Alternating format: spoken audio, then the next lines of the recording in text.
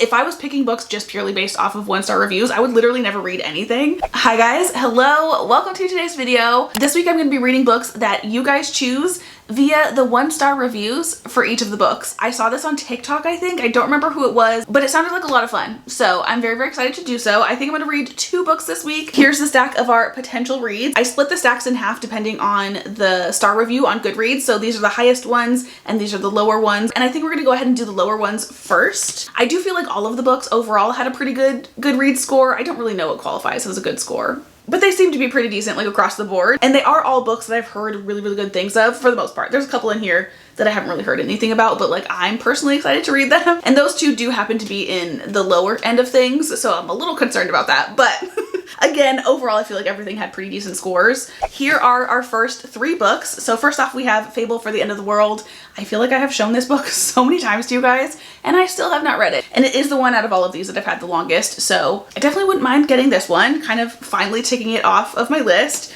But then we also have In the Veins of the Drowning, which I've heard so many good things about. And then last but not least, for our first poll, we have Bitten, which I've honestly not really heard, I don't think, anything about. Like, I don't think anyone I watch has read this book or at least has talked about it. And it is actually the same author as The Wicked Sea, which is a book that I did just read recently and I didn't love. Like, I loved the beginning half of it, but then the second half just like totally fell flat for me. So going into this one, I'm a little bit more nervous now, but let's see what some other people said about these books. So let's go ahead and talk about In the Veins of the Drowning first, because this one out of the 3 has the highest Goodreads score, which is a 3.92 star. That being said, there is a little over 38,000 reviews for this book on Goodreads, and 481 of them are 1 stars, so almost 500. And some of the reviews that I pulled were DNF, this book was just ...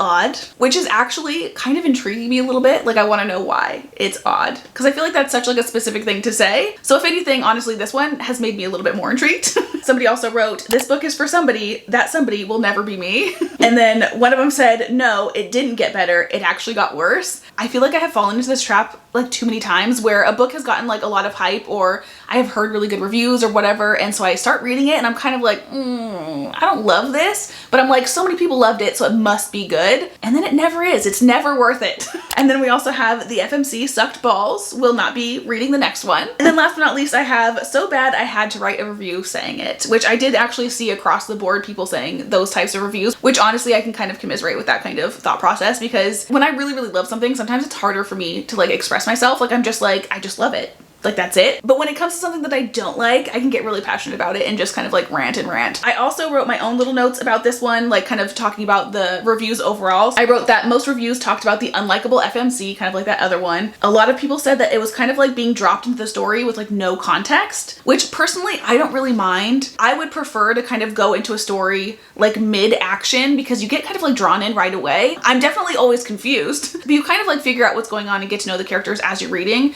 And that's the kind of way that I prefer to gain information with a book. Like, I want to just kind of like figure it out as I go. So I honestly, that one doesn't bother me, but I figured I'd say it anyway because quite a few people said that. Also, a few people mentioned that there was no plot, but that one honestly I got across the board as well. Like, none of these books had any kind of plot according to some people. So that one I'm not really taking too seriously. I'm very, very easy to please, so I'm not really worried about that personally. And as far as what actual 1-star review we're going to use for our poll for this book, I'm not really sure which one I'm going to use yet. I think I'll just kind of decide when I'm making the poll. So let's go ahead and move on to our next book, which is Bitten. And this one out of the 3 has the second highest score with a 3.71 star rating. Someone wrote, hey, so can we not write about high schoolers having explicit sex? Thanks. That's something that definitely popped up a lot in the 1-star reviews for this one, where people were basically saying like, this definitely should not have been a YA book. Somebody else called this book a train wreck and tacky. And then somebody else said, does anyone know how to rate a book lower than 1 star? Asking for myself, which I thought was kind of funny. And then just kind of like a general consensus. I don't have as many reviews for this one as I did the other ones, just because the majority of the ones that I did read were talking about, again, how this like definitely just should not have been a YA book.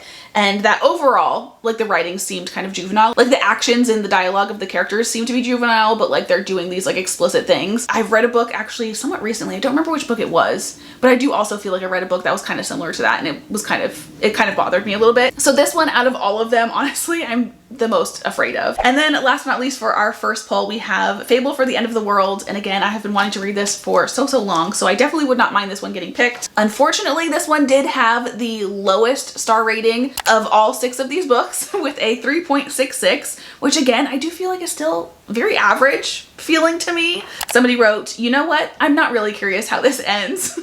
Which is kind of a different contrast to our first book where the person was like, it didn't get better. Like they pushed themselves to read it and it didn't get better. This person was like, I'm not doing that, which is definitely something I need to personally get better at doing. Also, somebody wrote, hate when bad books have pretty covers. How could you deceive me like this?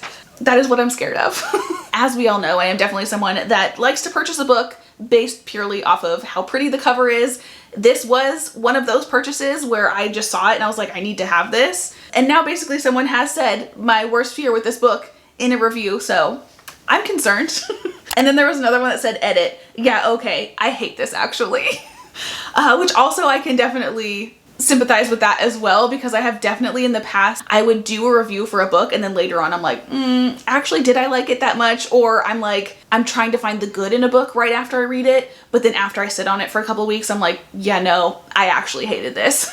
And then the last one that I have for this one is, this book was doing so much and nothing at the same time. And kind of like to piggyback off of that more specifically, a lot of people said that they were really disappointed by specifically like the execution of the plot. Like they thought the plot overall sounded like it was going to be really fun, but like the execution of it just kind of fell flat, which is very unfortunate because that also was one of the draws to this book for me, was the plot. This one is basically about like a live streamed assassination show, and one of our characters is the contestant that is supposed to be like running from this assassin, and the other love interest is the assassin. Also too, I did see specifically for this one, quite a few people say that they loved the entirety of the book until the very end and it totally ruined it for them. I'm scared.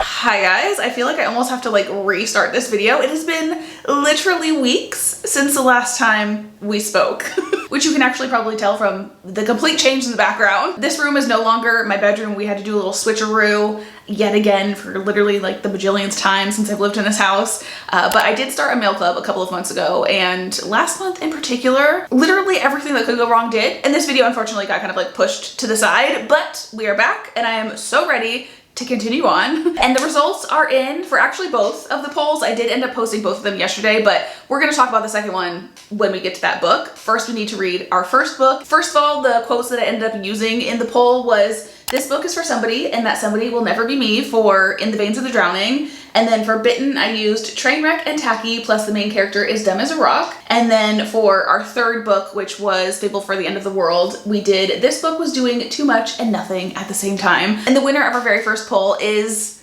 Bitten with 38%. I'm gonna be honest, this is the one that I kind of didn't want to win because of all of the one-star reviews. It actually kind of put me off a little bit. And the fact that I did read that other book by the same author and I didn't end up loving it, which I have like a love-hate relationship with that book because again, the first half of that was so freaking good. Like I was so in it, and then the second half was just a dud. Which also, by the way, this is by Jordan Stephanie Gray. I always forget to say authors' names, so I do apologize for that. After a vicious werewolf attack on the night of her 17th birthday party, Vanessa Hart loses everything she loves in a split second. Her best friend, her father, and even her home. So, quick thing. The fact that it does have minors and there is spice in this book, the fact that she's 17, like, could the author not have just made her 18? You know what I mean? Bitten and imprisoned without explanation, Vanessa endures an agonizing transformation into the very beast that maimed her, and her captors make it clear that she cannot escape. She will either swear her life to the Wolf Queen's court or she will die.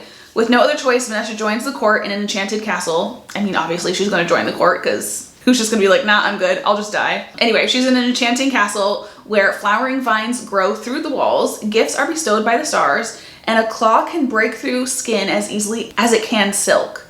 But she hasn't forgotten what they stole from her. Vanessa still seeks vengeance, scheming in the shadows even as she finds herself mesmerized by the Golden Prince, Sinclair, who threatens to steal her heart, though he is promised to her nemesis. Vanessa is also threatened by Sinclair's brooding, disgraced cousin, Calix, whose smoldering gaze hides dangerous secrets. Ooh, so is this kind of like a love triangle?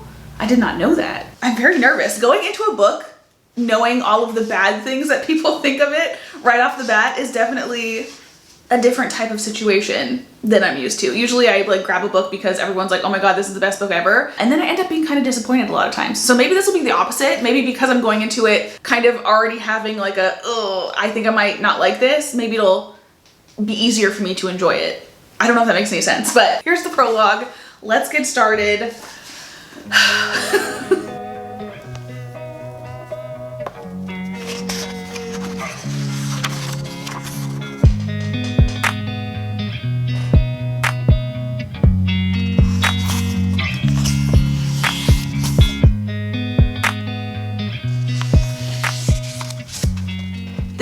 already starting off very much giving me the same vibes that the other book did, which is something that I really enjoyed, where this is gonna sound like I'm a crazy person, but it's already starting out pretty violent. We've had like a throat being ripped out.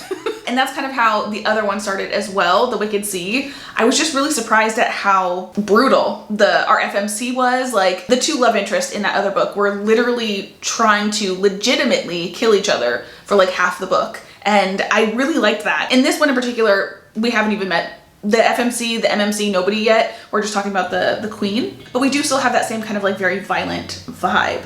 And I like it. I don't know, it's just kind of unexpected.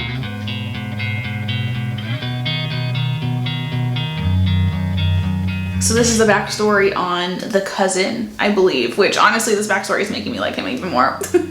And again, we still have not even met him yet.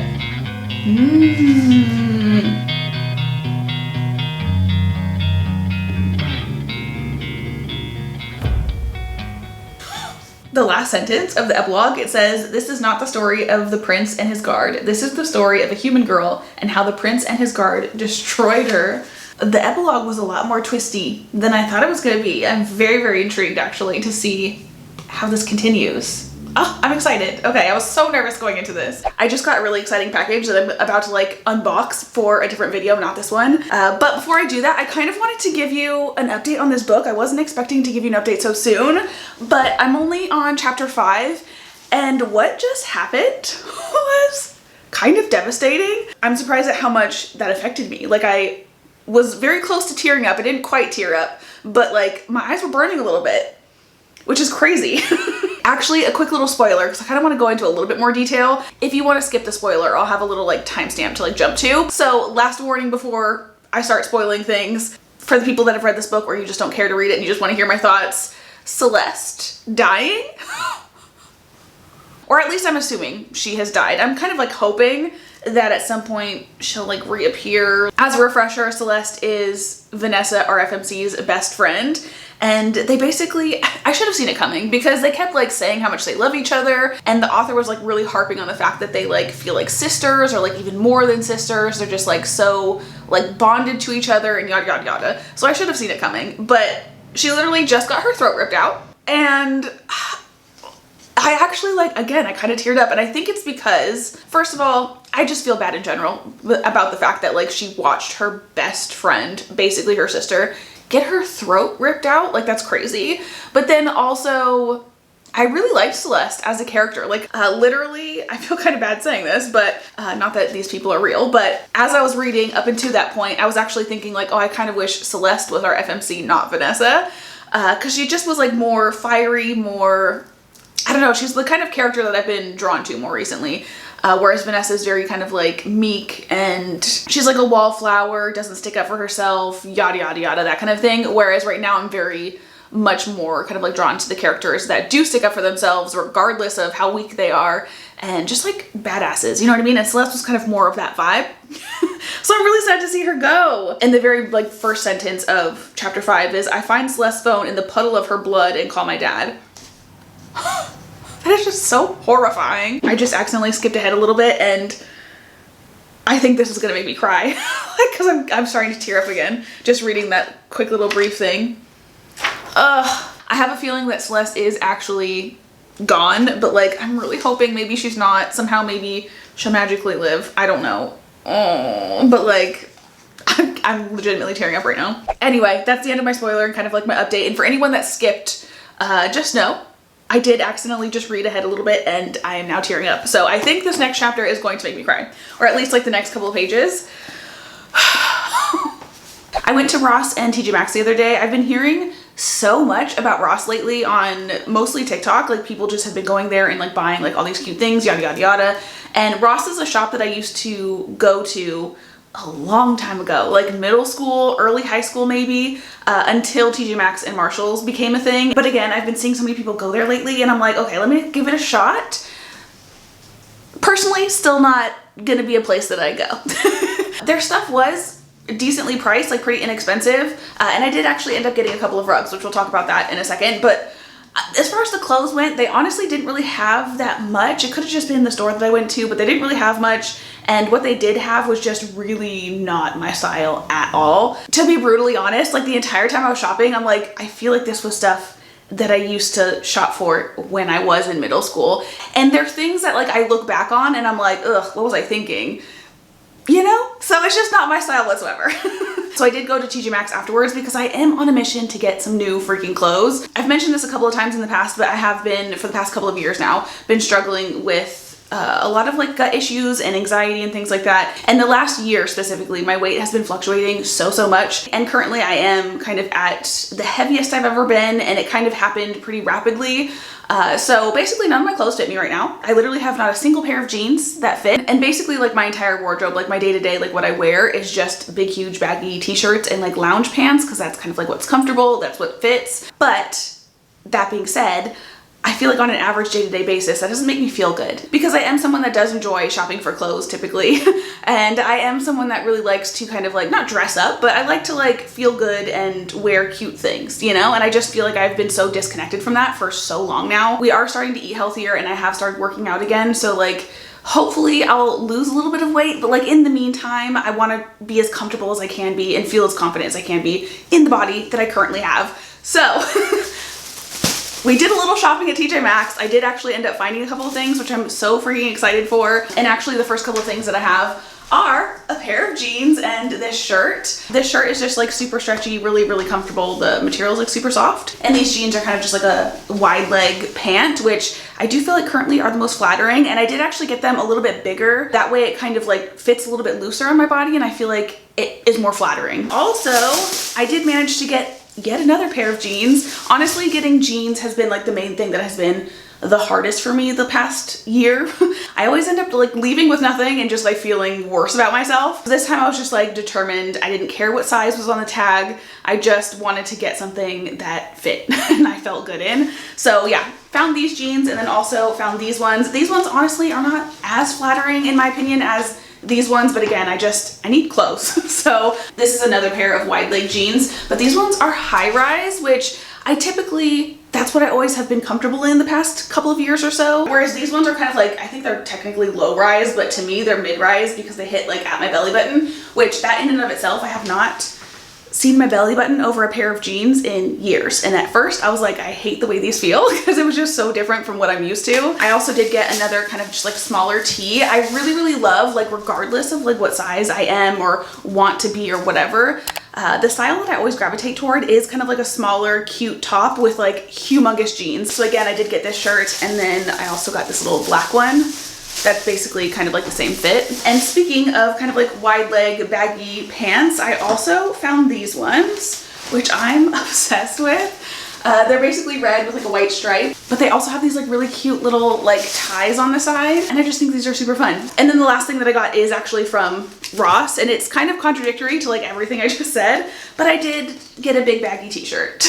But this one I just thought was really cute. It's got a little logo that says Salty Crew on the front, and then that same logo much bigger on the back. So that's my little clothing haul. And then again, I did get a couple of rugs. I wasn't really intending on getting a rug for this room, which is now my office. I don't know if I've mentioned that or not, but I wasn't necessarily like planning on getting a rug for it, but I did need a rug for the living room. And I saw this one and instantly was like, I need to have that. Especially because this was so inexpensive. Yeah, $49.99. I feel like to get a rug this big is like at least $100 regardless of like where you get it from. I also saw this one, which is basically the same rug, except obviously a different color. And this one was $35, I think. Yeah, $34.99. So $50 and $35. So I got two rugs, good sized rugs for less than $100, which is what I thought I was gonna spend on just one rug. So very excited about that.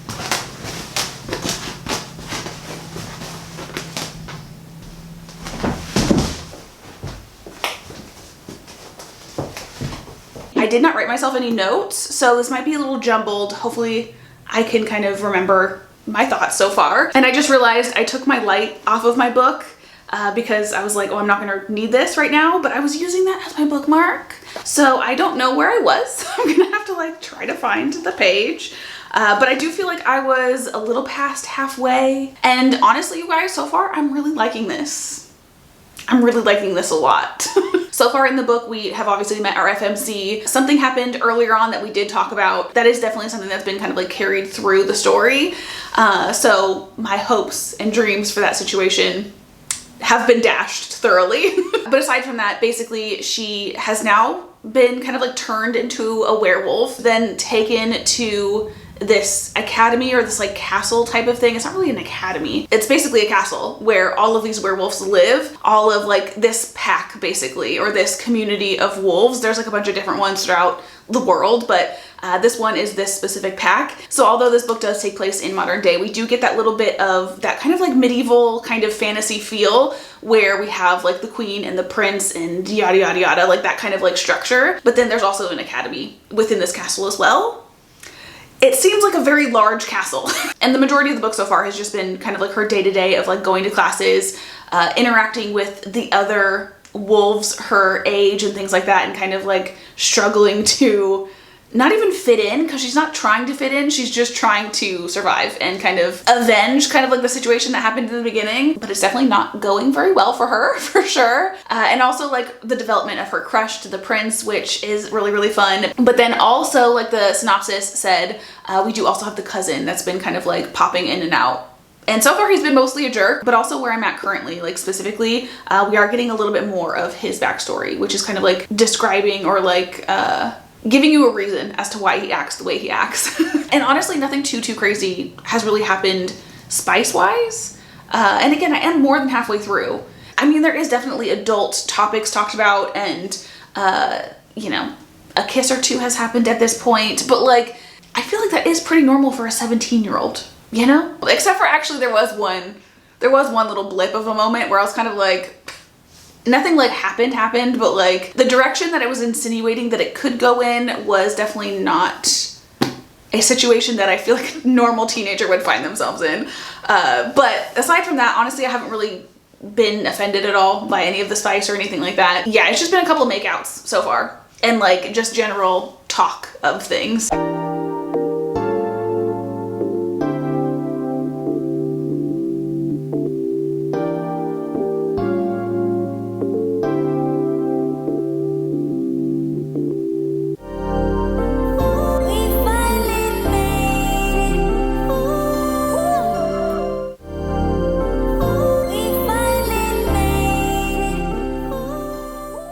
Hello guys, long time no talk. It obviously hasn't been very long for you, but it's been a few days at least for me. And at this point I have finished Bitten, which somehow I have completely misplaced the book, so I don't have it to show you whilst we like finish our thoughts on it. But the last thing that I said, I believe, oh, it's right in front of my freaking face. There was a piece of paper on top of it, so I didn't see it. And the dust jacket is right here. Okay. I really need to get myself together. Finishing thoughts on Bitten. I'm pretty sure like the very last thing I said to you guys was the fact that I didn't think this was nearly as spicy as the reviews made it out to be, because at that point nothing spicy had really happened. Literally the thing that I read right after that was a spice scene. So this did have some spice, but to me personally, I feel like, you know, it being a YA book aside, I probably would have put this at like a 1 or a 2. Probably a 1 for me personally. This was not nearly as spicy as I thought it was going to be going in because of the reviews. Like the reviews made it seem like this was going to be basically like a full smut book. Was not at all. I'm pretty sure there was only like 1 full actual spice scene. And for a YA, it did kind of get a little detailed. So that's kind of like my thoughts on that subject. I enjoyed it. I didn't think it was that spicy. Do I wish the character was a little bit older? Yes. But like aside from that, it was fine. And then the only other 2 notes that I wrote down for this book in particular was that one of the things that I did that did kind of like remind me of the other book that I read, Wicked Sea. She has the habit of making her FMCs, like something will happen to the FMC and they like end the chapter with, oh, next time I'm really gonna get them. Like the FMC like hypes themselves up and they're like, oh, they better watch out. And then literally 2 seconds later, something else bad happens and they don't do anything about it. That gets a little exhausting, to be honest.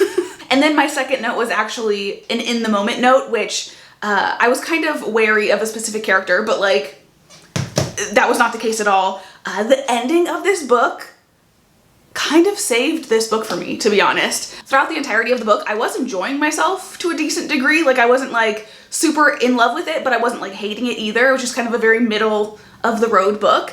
But the ending was just, so many things happened. And honestly, some of it, I don't remember exactly. Again, it's been like a few days. So the details of the ending are a little fuzzy, but like, I do remember feeling like really excited again and kind of like very into it, but then also being like, some of this stuff is kind of ridiculous. Like, it just, I don't know if it even makes sense, some of the stuff that happened, but it was still overall very entertaining. So, and again, I am going to be continuing the series. So those are kind of like my thoughts, my jumbled up thoughts on this book. Now let's go ahead and move on to our second stack of books, our higher rated books out of the total 6.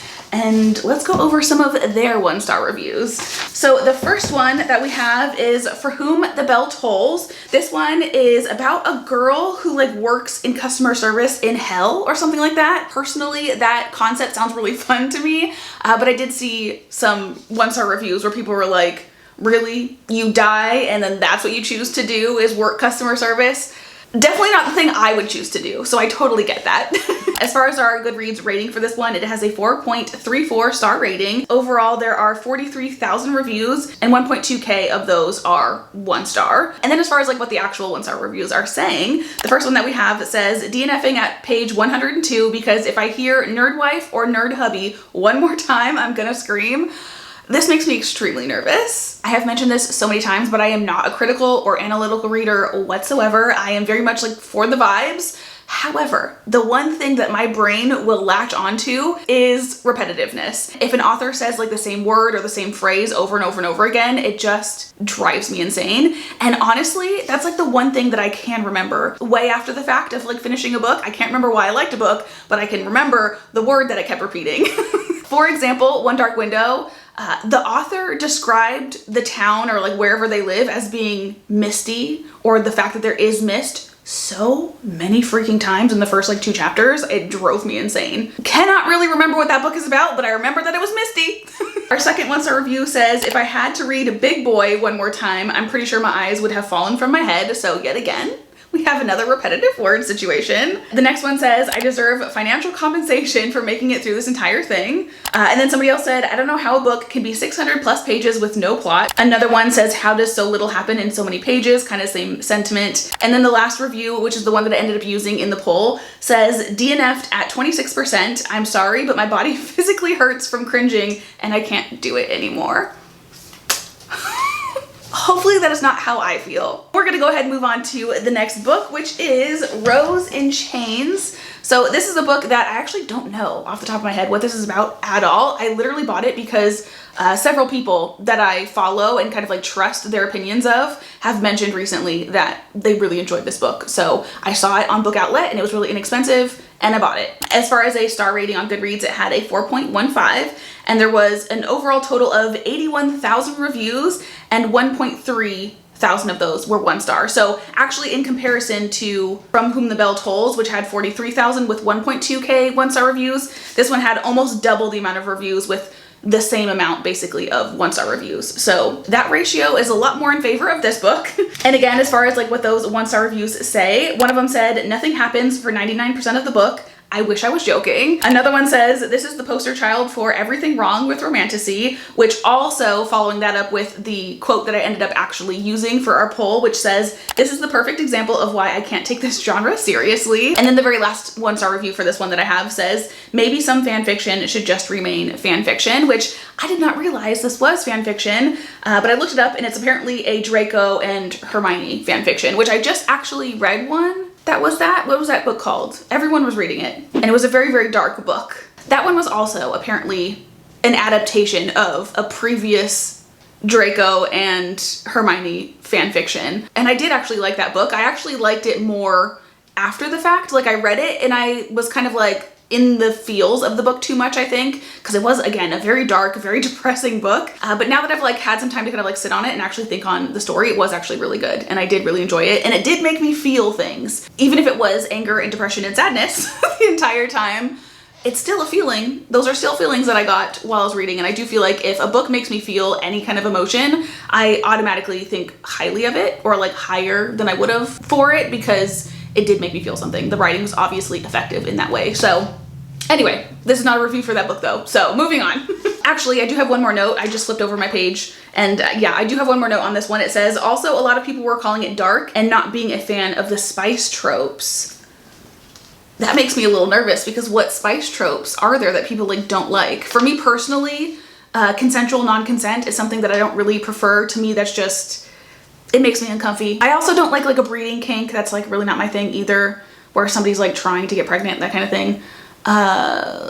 But that's really the only things that I personally can think of. So that's actually making me very curious to kind of see what's in this book. Actually, it's making me want to read it more. Let's go ahead and move on to our very last book, which is Conform, and the lighting is making it so you can't really see the book. This one is more of like a dystopian fantasy romance, I believe. 100% honesty, I saw Tori talking about this book, and the way she was talking about it made me really want to read it. So I bought it purely off of her singular review.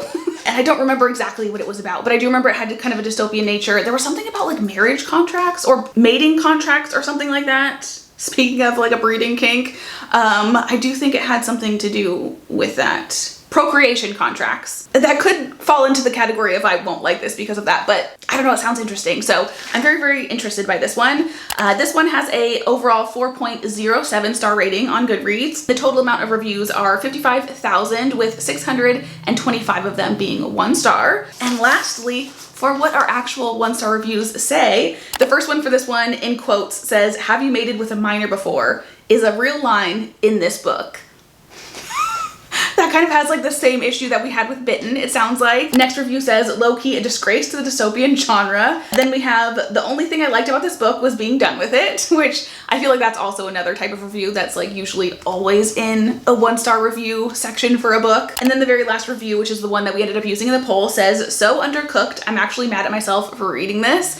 And I have definitely had that happen on several occasions with other books, where you just like read it hoping it's gonna get better. I think I actually mentioned this with our first set of books, but you keep reading like hoping it's gonna get better, and it just never does. And then by the end you're like, why did I waste my time with this book?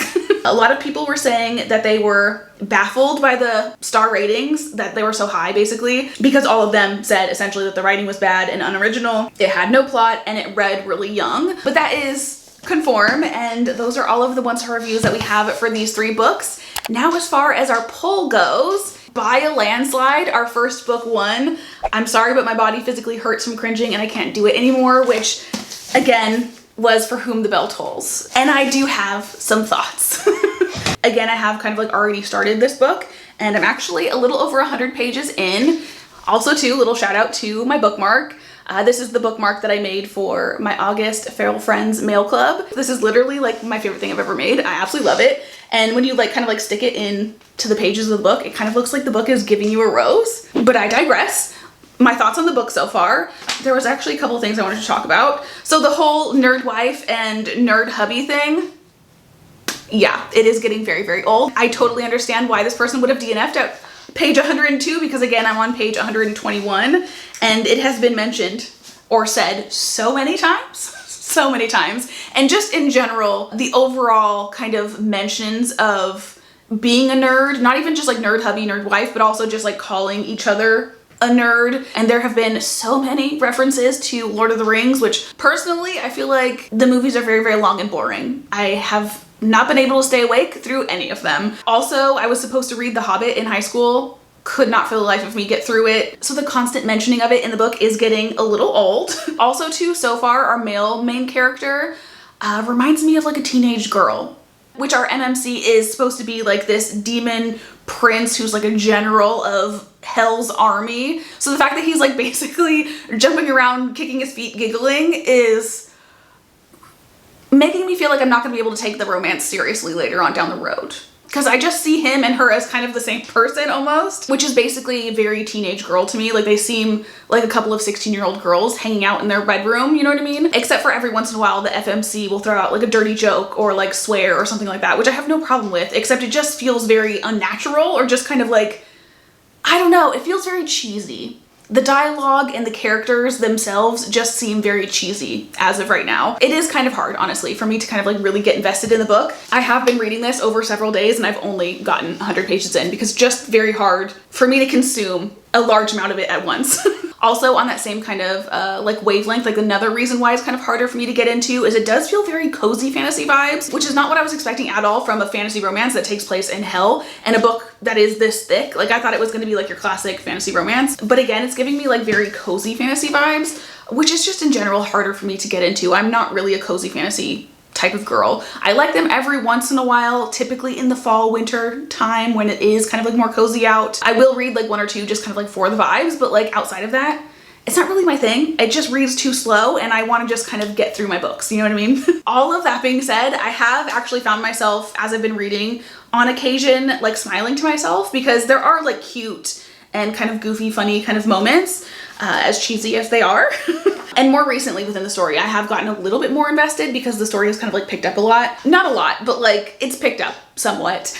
Because I will say a lot of the beginning was kind of just her figuring out her new reality, which in the beginning of the book, she does have cancer, she passes away, she is now in the afterlife. And a lot of the beginning of the book was just kind of explaining what that entails, which is definitely a little different than your typical kind of heaven and hell kind of situation, which I actually really enjoy. I like the idea of this world and I would love to kind of like get more deeper into that. And pretty early on, she does choose to become a customer service person in hell. That is not something that she had to do. It's something that she chose to do. And again, as I said, like with the reviews, a lot of people are like, why in the world would you choose to do that? I'm right there with you. Go hang out in hell as it's being described? Absolutely. Work in customer service there? No. But anyway, those are kind of like my thoughts so far. I'm gonna be honest, the whole time I've been reading this book, I've been flip-flopping back and forth on whether or not I should DNF it. I want to give it more of a shot, but like the idea of reading 400 plus pages more of what I've already read, not super appealing to me. But we'll kind of see how it goes. I will be reading some of this today, but before we do that, today is August 3rd and my sister's birthday is on August 7th and I am making part of her gift and I should have already done it by now because she lives across the country. I need to send her presents. So I need to get that in the mail ASAP. So let's go ahead and make some birthday presents. Which, by the way, if you are my sister, stop watching or skip ahead. I'll put a little note on the screen to where you can skip to. I don't want you to see your present because this video is gonna come out sooner than your birthday, AKA when it's gonna get there. So stop watching. Essentially, what I'm getting my sister is some candlesticks and some homemade candles. I thrifted these a while back, actually, like months ago. And brass candlesticks are something that I used to find all of the time, but over the last like year, they've been almost non-existent. So I got very, very excited that I found these because these are also something that she specifically has mentioned that she's on the hunt for herself. And she also hasn't had any luck finding any. So I was very, very excited to find these. It's basically like a little set of these two. I like the fact that they're also like different lengths. And then I also figured I would make a couple of candlesticks to go with the candles. And this candlestick mold is actually really, really cute. I got it from Amazon a while back and it's basically like a normal candlestick, but it has little like 3D bows on it. I don't know how well you're gonna be able to see that, but it's got like little bows. And originally I was thinking I was just gonna make her some white candles because she also just recently moved. They're still kind of like figuring out how to like decorate the house and stuff. And I figured white candles would just like match with whatever she ended up doing.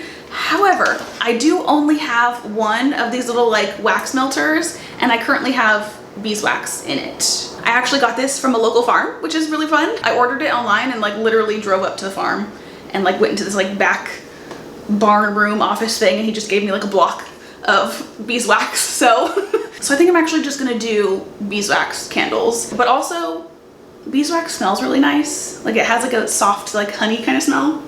So I think these will be better in the long run. Also it's kind of, again, local wax and everything like that. So yeah, anyway, I'm gonna start melting our wax and we'll get these going. I do only have the one mold and I wanna make 2 candles or maybe more, I don't really know. But basically I can only do them one at a time. I have like fluff on my mouth.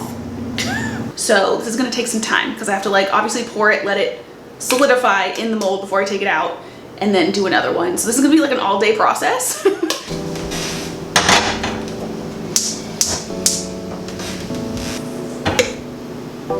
Ooh, that is too much water.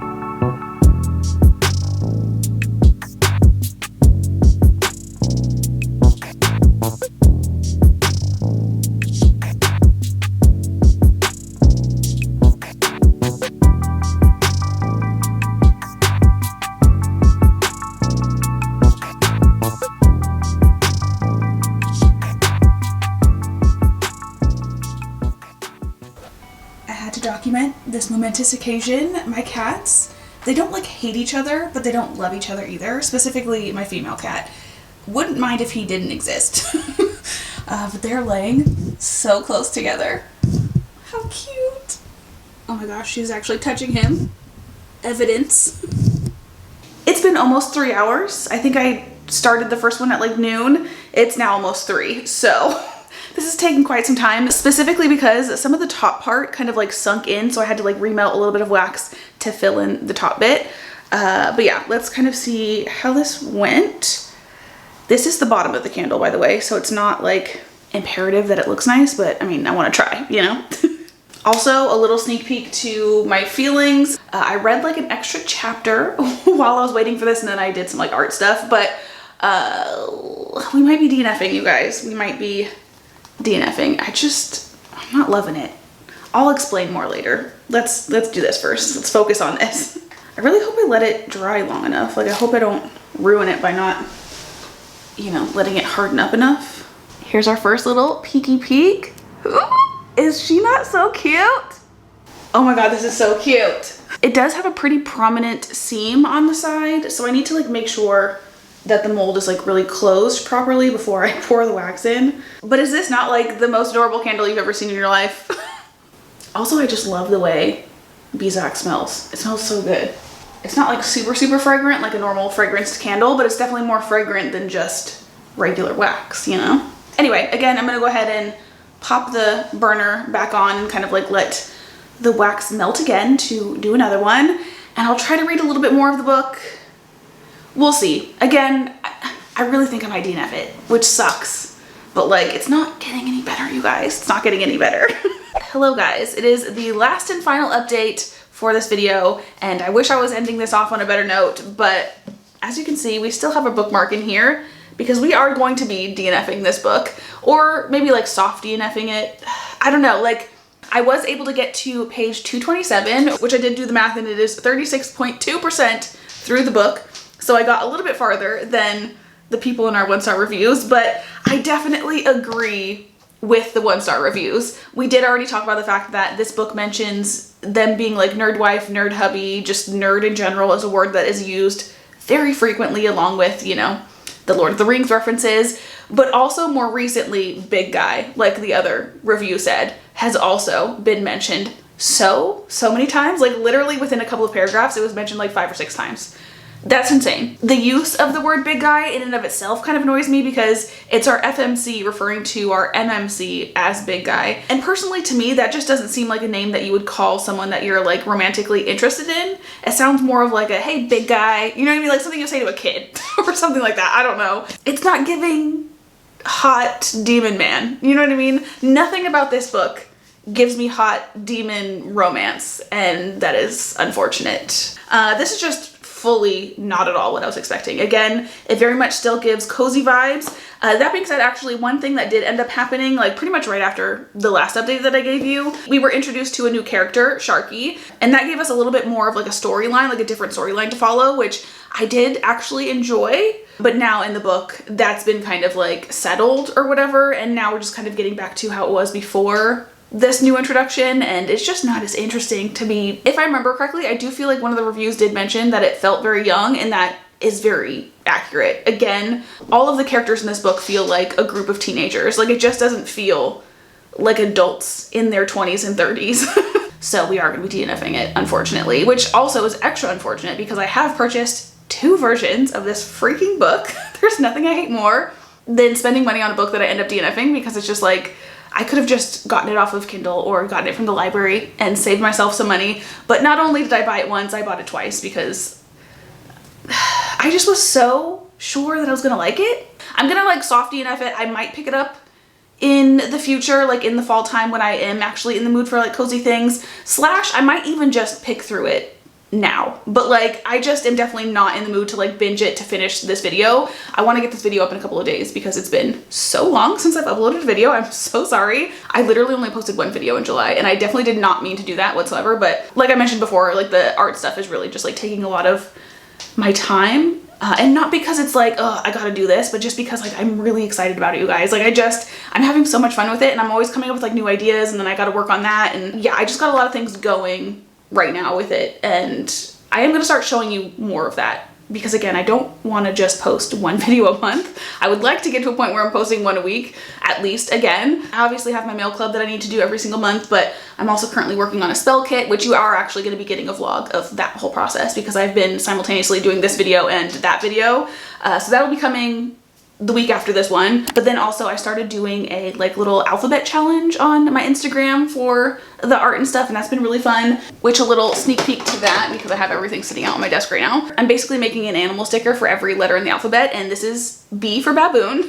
But I've also decided to not only just do the sticker, but then I've also been playing with the idea of making like a little double-sided print that looks like a kid's block. It's kind of like part kids letter block, part like animal flashcard or letter flashcards, with like the bees and then the name right here. And I just think these are so cute. So I've been like working on that project and all the other things, and I've been having so much fun with it. So anyway, back to this video.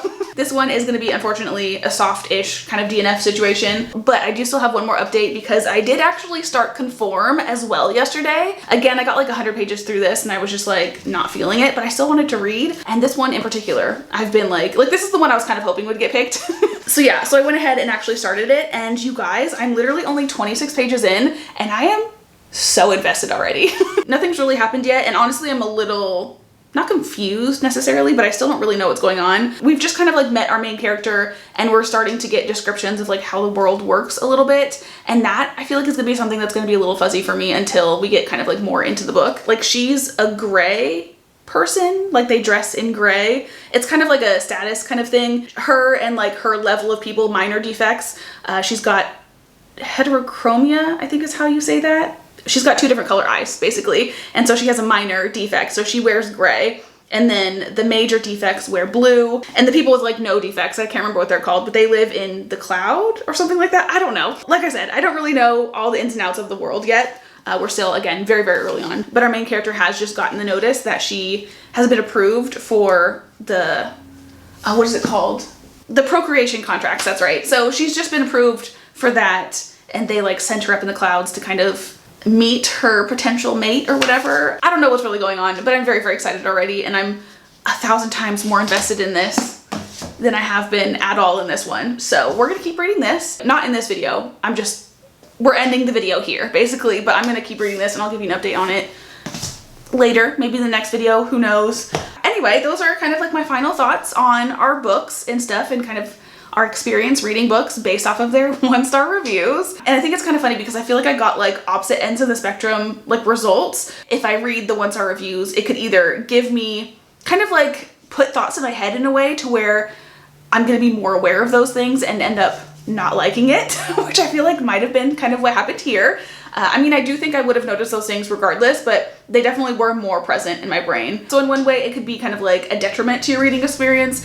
But on the other side of the spectrum with our first book, Bitten, which I don't have in this room, so I don't have it to hold up, but here she is. I was actually expecting this one to be worse than it was. And so it was actually like a pleasant surprise. I was like, oh, this wasn't that bad. Yeah, I kind of got like both ends of the spectrum. I can't really say whether reading 1-star reviews before you read a book is good or bad. It could go really either way.